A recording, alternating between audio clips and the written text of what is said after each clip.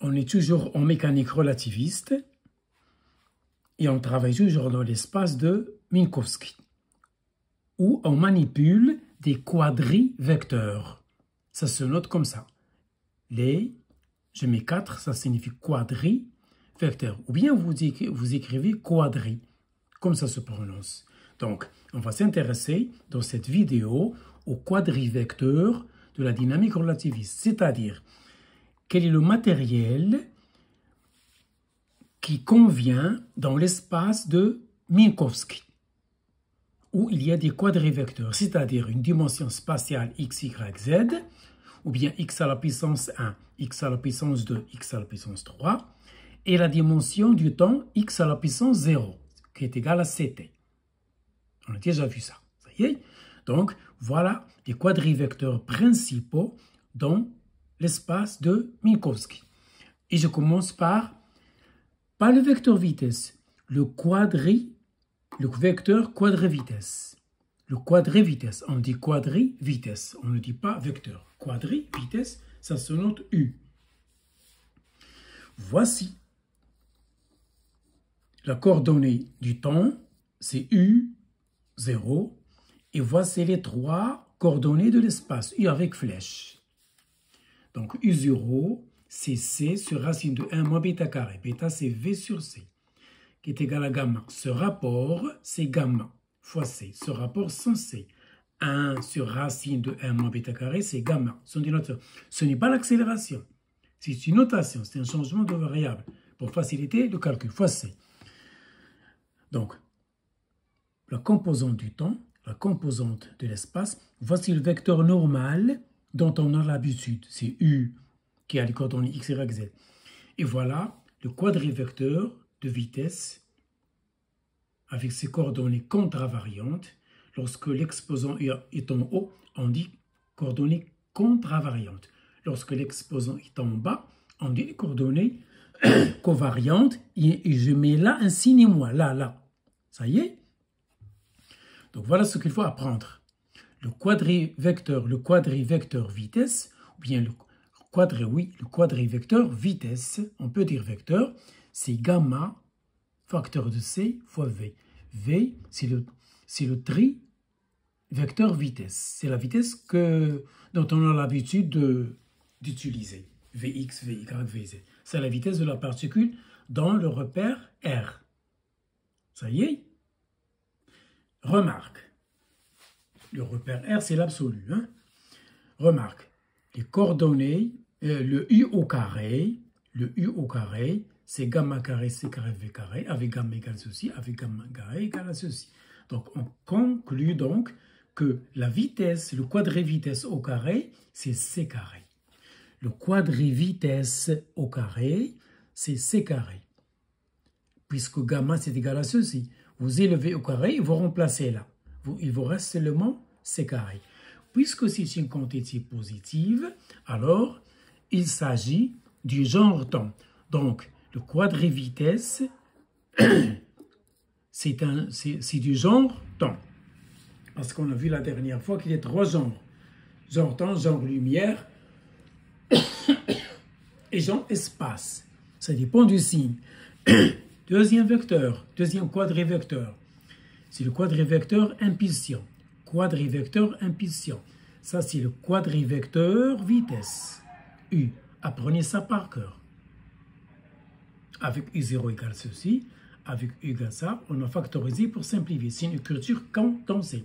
Ce sont les coordonnées contravariantes. Quadrivecteur impulsion. C'est P alpha égale M0 par définition. Ce symbole signifie par définition. C'est la masse propre, c'est-à-dire dans le repère qui bouge, qui est en mouvement, fois U à la puissance alpha. Donc, M0, elle n'a pas de vitesse par rapport au repère qui bouge. Donc voilà la coordonnée du temps et la coordonnée de l'espace pour le quadrivecteur impulsion, c'est-à-dire la quantité de mouvement. C'est égal à M0, C sur ceci. C'est donc l'énergie sur C, car l'énergie c'est mc carré. Donc, M avec M0 égale ceci. Lorsque vous remplacez là, vous trouvez que c'est W sur C. Ça y est? Donc W sur C, c'est P à la puissance 0. Ça, c'est la coordonnée temporelle du temps. Pour la coordonnée spatiale de la quantité de mouvement, c'est-à-dire Px, Py, Pz. C'est M0 fois le vecteur vitesse. Ça, c'est le vecteur vitesse, le composante spatiale concernant Vx, Vy, Vz. Pas spatial, ce n'est pas la position, c'est le vecteur vitesse. Hein. C'est égal à M0 fois ceci. C'est égal à 1 fois V. Donc, c'est le vecteur tri-impulsion dont on a l'habitude en mécanique newtonienne. P égale mv. Mais ce qui est nouveau ici, c'est P0, la composante du temps. C'est l'énergie sur C. Il faut apprendre ça par cœur.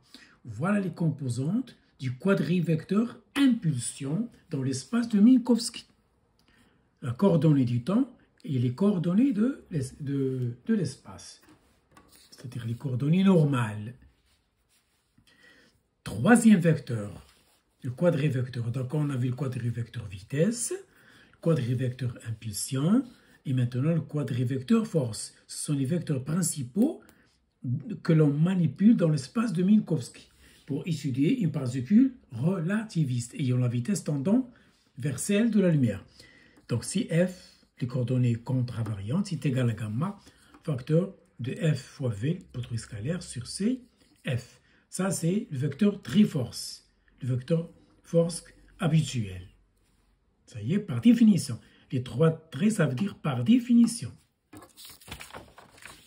Et voilà, une petite remarque, le produit scalaire de deux quadrivecteurs, le quadrivecteur force et le quadrivecteur vitesse, c'est f, coordonnées contravariantes, fois les coordonnées covariantes du quadrivecteur vitesse est égal à 0. C'est-à-dire, le quadrivecteur force est toujours orthogonal au quadrivecteur vitesse dans l'espace de Minkowski, dans l'espace-temps de Minkowski, bien sûr. Non f orthogonal à u. Attention, le vecteur force habituel n'est pas orthogonal au vecteur vitesse habituel. Mais ici, c'est toujours valable dans l'espace de Minkowski. Le quadrivecteur force est orthogonal au quadrivecteur vitesse. Le quatrième et le dernier quadrivecteur, la dernière partie, oui, le dernier paragraphe, c'est l'équation. Donc voilà, on a vu les trois vecteurs principaux. Maintenant, on va passer à l'équation de la dynamique relativiste, c'est-à-dire la RFD, dans l'espace de Minkowski. F égale dp sur dt par rapport au référentiel galiléen. Ça, c'est un rappel. F fois V égale dw sur t, l'équation de l'énergie cinétique. Ça, c'est en mécanique newtonienne, concernant la transformation de Galilée. Donc, on va en tirer que dp sur dt est égal à dp sur, je remplace dt par gamma dt0. C'est égal à f. C'est équivalent à dp sur dt. Je dérive par rapport à la durée propre. Chaque fois que vous trouvez un indice 0, ça veut dire celui dans le référentiel qui bouge. C'est égal à gamma f. Gamma, ce n'est pas l'accélération. C'est la quantité 1 sur 1 moins v carré sur c carré. F donc, est égal à petit f. Donc ça, c'est la composante spatiale. Ensuite, deuxième équation, je dérive l'énergie par rapport au temps.